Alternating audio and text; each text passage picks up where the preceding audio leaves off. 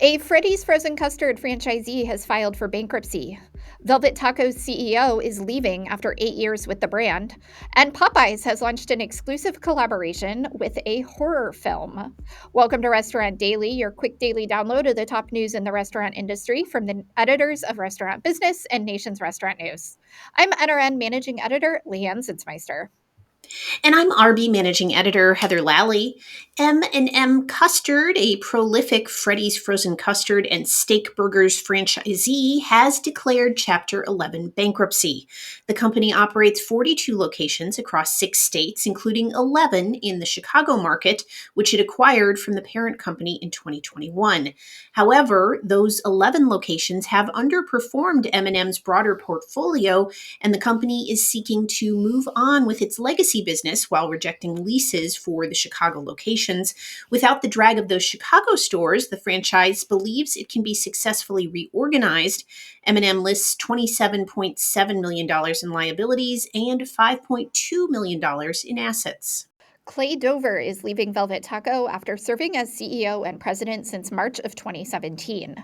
He confirmed to Nation's Restaurant News that he is leaving for another opportunity in the restaurant industry that will be announced at a later date. Dover has led the emerging chain through remarkable growth, including year-over-year sales increase of nearly 22% in 2024.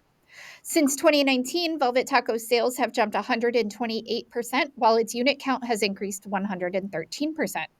Velvet Taco said it will announce succession plans in the near future. Popeyes has launched an exclusive collaboration with Blumhouse's horror film Five Nights at Freddy's 2 through the Freddy Fazbear Crunch menu available at participating U.S. locations. The partnership includes a Freddy Fazbear Deluxe box for $12.99 and a regular Freddy Fazbear box for $7.99 with a cupcake and a drink.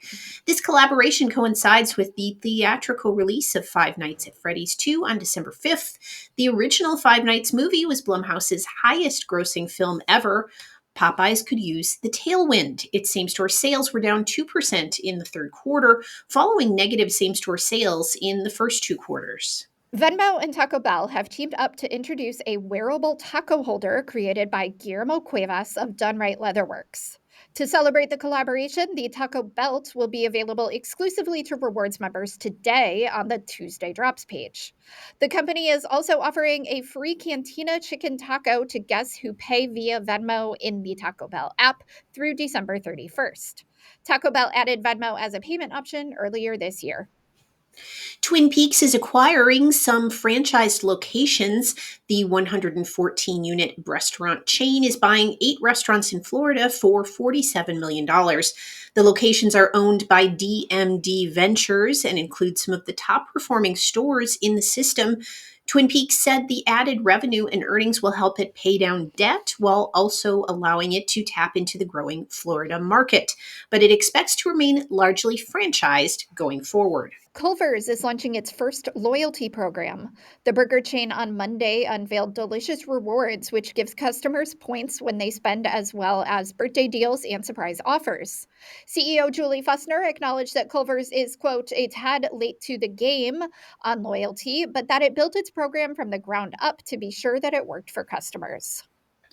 Wendy's had its biggest new restaurant opening yet, but it was in Australia.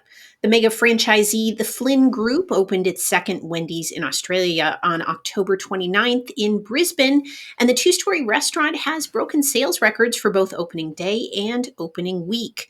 Flynn Group, which signed a master franchising agreement to grow Wendy's in Australia in 2023, has plans to open up to 200 restaurants there over the next decade. Flynn Group also operates 21 Wendy's in neighboring New Zealand. Meanwhile, the burger chain is facing challenges in the US where sales have been slipping and there is talk of closing underperforming units. The Wendy's chain has 7,250 units globally, including 1,350 outside the US. How do you grow a smash burger chain?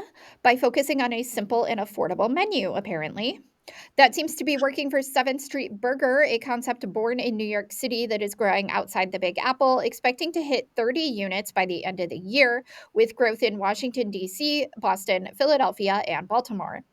Next year, the brand plans to hit 60 units and 100 by the end of 2027, all company owned, according to co founder Kevin Rezvani. Read more about this emerging brand at restaurantbusinessonline.com. And that should do it for today's edition of Restaurant Daily. Get the latest restaurant news every weekday wherever you get your podcasts. I'm Heather Lally. And I'm Leanne Zinsmeister. Have a great day. Thank you for listening to today's episode of Restaurant Daily. Rate us on Apple Podcasts, Spotify, and subscribe.